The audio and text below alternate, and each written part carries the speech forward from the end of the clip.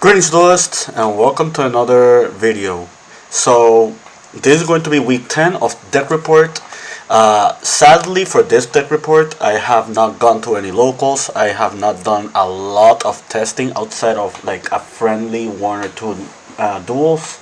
But I still wanted to showcase the next deck I've been contemplating for the format because I really am interested in this deck. I will post a video in the description. That video is a video that I did a couple months back involving this new strategy. Um, the strategy we're talking about is Ritual Beast. Um, I'll just show you the list and then I'll talk a little few things on why I specifically chose to pick up this deck and like revisit it or like visit it for the format. I won't give a lot of super in-depth discussion. I think other YouTubers will do a lot better job doing that. I will post their channels in the description because I really do think they really deserve like all the support. If you really want to learn Ritual Beast, those are the people that you should be looking into. The people I'm talking about are Moonlight, Shu, and EdYGO.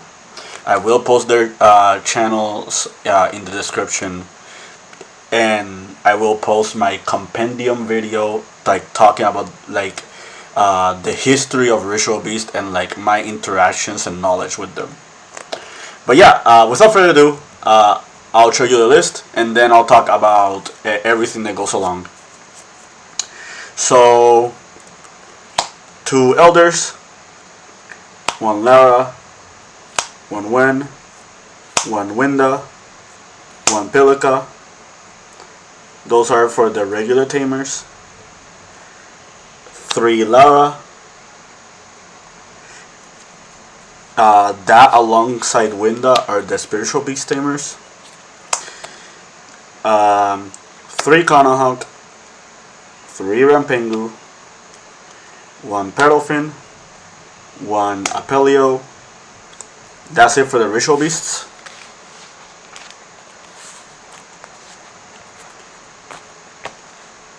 For the rest of the monsters, 3 Dimension Shifter, 1 Mourner, 1 Ogre, 1 Droll. I'll explain those later.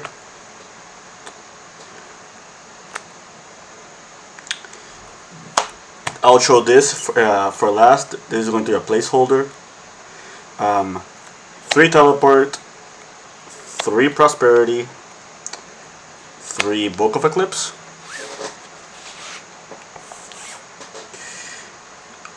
3 Imperm, 2 Steeds, Ambush. So I'll show the last card. The last card is Small World. This is a placeholder for now. The card that should be in here is this card right here, Ritual Beast Inheritance. But I don't own Inheritance at the moment. No one in my locals pulled it out of 3 to 4 boxes, and I couldn't go to other locals during the week. So I just ordered them in the mail. So right now, Small World is the placeholder, which is the reason you see Droll, Ogre, and Mourner. In the off chance you do play Inheritance, you switch these for Ash Blossom and Joy Spring. However, there is a merit for Small World. The merit itself is that you can use Droll as your Small World bridge that can get you to all your Ritual Beast tamers. Because this is a spellcaster, meaning it works with a shifter. This is level 1, so it works with the new Lara. And it is a wind attribute, so it works with all the Ritual Beasts. So in the future, if you do want to consider Small World, this is just like another card that you just can put in. Otherwise, you could just play other non-engine, like for example, Ash Blossom, Called by the Grave, Feather Dust if you want to main it, like You pretty much have a lot of options. There's also the Nemesis package, but I'll talk about that a little bit later. So yeah, this is a placeholder. This is basically this is just my replacement for Inheritance until I get my playset of Inheritance. So now that we talked about the main deck, let me show the extra real quick. 2 Kimufalcos, 1 Retiari, 2 Carnohawks, 2 Ulti Draco, 1 Ulti Gaia Paleo. The only XYZ we're running is Typhon. Then you have Anima, SP, IP, Apo, Zealantis, and Goddess.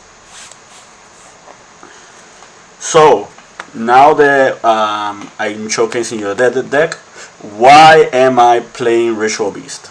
What made me switch from Centurion to Ritual Beast? Because Centurion was the last deck I've been playing, and before that it was the Labyrinth pile. So I really think the new support helped Ritual Beast a lot. I think this is one of those decks that is very, very, very skill intensive, but it really rewards you for like being like cognizant of your actions and abilities as a player with the cards. Not many people know how these cards interact, how these cards work.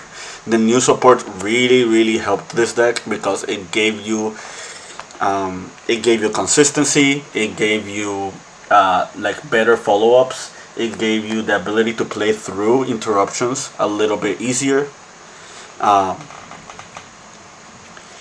And it just has a very solid dynamic. The one weakness this deck does have is that its end boards are not really oppressive. They're not really super strong, except against a few specific decks, and that's where Eclipse comes in. Not many people like this card, but I think Book of Eclipse is perfect in this deck because it helps you manage your resources through hand traps. You can still contact fuse with your monsters face down, which is something really important with this card. So in the off chance your opponent is trying to like do specific stuff that can just stop you, like for example Nibiru, you can just use this and just dodge it, like dodge the Nibiru on the spot. You can dodge Veilers, you can dodge Imperms, you can dodge like other cards. And if you're going against very specific matchups where your actual resources like Steeds are really, really tough to use, like for example Melodious or Magispector or like those kind of decks, Eclipse just being able to be non-targeting setting their board is really, really strong. Also, like if you go first and you just have this card as part of your end board, this is just another interruption that could outright just end your opponent's turn on the spot. So I'm a really big fan of this card. If you are playing Ritual Beast, you should really, really, really consider this card. I think EdYGO explains that in his video, at least in one of his many guides. I'm not a huge fan of hand traps, you guys already know this, but I feel like this deck kinda needs the use of hand traps. I think Dimension Shifter is just way too powerful of a card. Until this card gets banned or addressed, like I think this card is just going to be a staple in this deck throughout the format, because there are just so many decks right now, they just really like they just like literally lose their turn after you resolve this. And well, as long as Snake Eye is like the best deck in the format, this card is very useful just to like handle that matchup. I already explained the other hand traps and the interaction with Small World.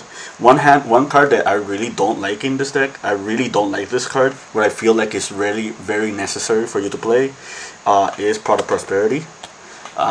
This deck is not really consistent. Like outside of Inheritance and like Teleport, you don't have enough way to tutor your monsters. That's why I brought up Small World at one point, because Small World is just another consistency card. that just helps you with your strategy. It is super optional, and it does require like proper deck building for it to work, because you don't have a lot of bridges in the deck. But I just want this strategy to be as consistent as possible. I want my plays to go through enough ways, and yeah, I think this deck is kind of solid in its win condition. Is this deck viable for post Infinite Forbidden? I think Infinite Forbidden is going to power creep this deck a little bit. However, we do play cards like Shifter that are really, really insanely powerful. There are other cards that could help us out, but the biggest problem with Infinite Forbidden is Mold Shummy, which is the new hand trap. That card is really, really strong against this deck. So just knowing that that's going to be part of the format could be an issue for this strategy. Jubel is also not a really good matchup, like not a really strong matchup at all. And that deck does not really lose to Shifter. So that's another thing you should keep in mind when you're facing against them. I think Tempai Dragons should not really be like the biggest issue. Like, as long as you know how to handle your resources and you play your cards right, you should fairly do well against decks like Tempai Dragons. There's also like the other miscellaneous decks, but I'd say this deck should be fine against most rogue decks. The deck is fairly dynamic at what it wants to do. It has a lot of really good resources from like all angles. And yeah, that's pretty much why I chose to play it. Like, starting next week, I'll probably showcase you either more or better deck reports with like duels and like on-field testing. But for now, this is just like a placeholder strategy at the moment. Another deck I kind of wanted to look into was Ice Barriers, but I don't own the old Ice Barrier cards, and I know some of them are very important for the strategy. Yeah, that's pretty much it. There's not much I can give in terms of insight. Like, for just watch the videos in the description if you really just want to learn this deck. Stay tuned for more deck reports. That's it from me. Keep practicing and keep dueling.